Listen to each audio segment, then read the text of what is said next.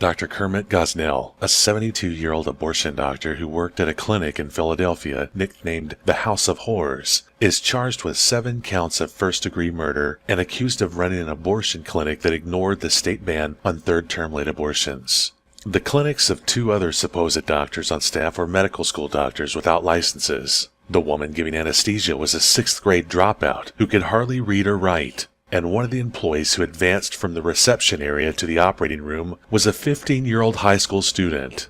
Not only was his staff completely untrained, the assistant district attorney told jurors that he forced women to deliver live babies that were then killed by staff with industrial scissors. Dr. Gosnell is charged with killing 7 babies born alive, along with killing a patient, Karnamaya Mangar, a newly arrived 41-year-old refugee from Bhutan.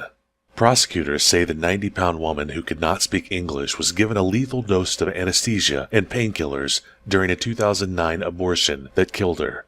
Another teen was hospitalized for 2 weeks with a large abscess and a blood clot near her heart. Prosecutors say they are but a few of the countless patients injured during botched abortions and under filthy and unsanitary conditions. A janitor testified that the bathrooms were cleaned just once a week, even though patients routinely vomited into sinks and miscarried into toilets.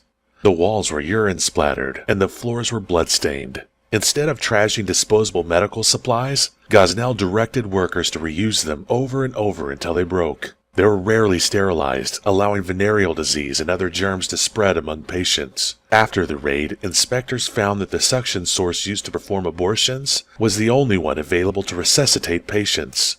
Investigators found fetal remains mixed among staff lunches in the office refrigerator. FBI agent Jason Huff even testified that Gosnell ate his food still wearing bloody and torn latex gloves.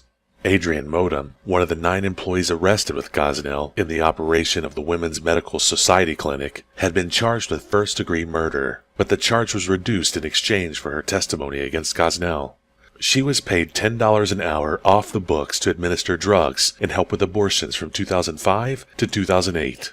Moten, who had no college education or medical training, recalled taking a cell phone photo of one baby boy left in her work area that she thought could have survived given his size and color. She had measured him at nearly 30 weeks. After killing the baby, Gosnell later joked that the baby was so big that he could have walked to the bus stop. She testified that as one baby was writhing as Gosnell cut its neck, he joked to the staff, "That's what you call a chicken with its head cut off."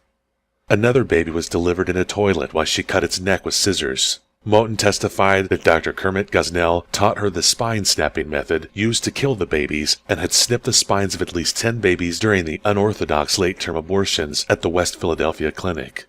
Asked if she knew that was wrong, she said, "At first, I didn't."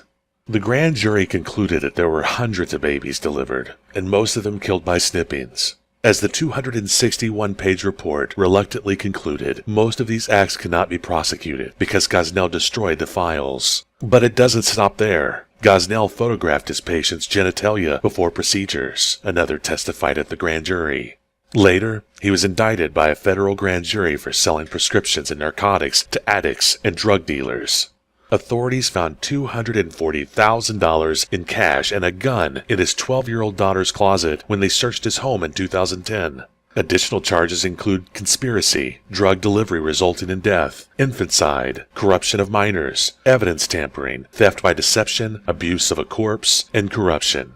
Gosnell's defense lawyer, Jack McCohen, accused the government of racism, saying that it fits their needs, this elitist racist prosecution, to make this a homicide.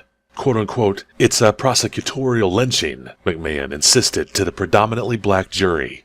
Gosnell's abortion center was inspected only after a federal drug raid in 2010. It was the first time the facility had been inspected in 17 years because state officials ignored complaints and failed to visit Gosnell's Women's Medical Society for years due to leftist pro-abortion policies. Troy Newman, president of Operation Rescue and Pro-Life Nation, said the discovery of this horrific practices helped shed light on an abortion industry that has run amok without oversight or accountability for decades. Of course, the left is claiming that abortion foes are capitalizing on Gosnell's case.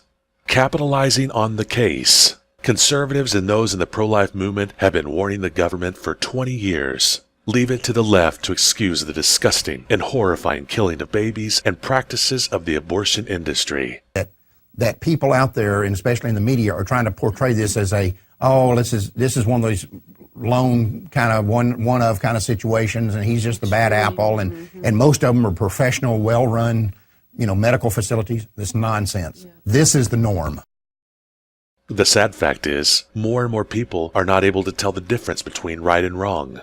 And with claims of absurd racism against the government, and the left's fascination with abortion and lack of responsibility for one's actions, it's possible Gosnell could get off. We need your help to spread the truth. Join us at jtf.org.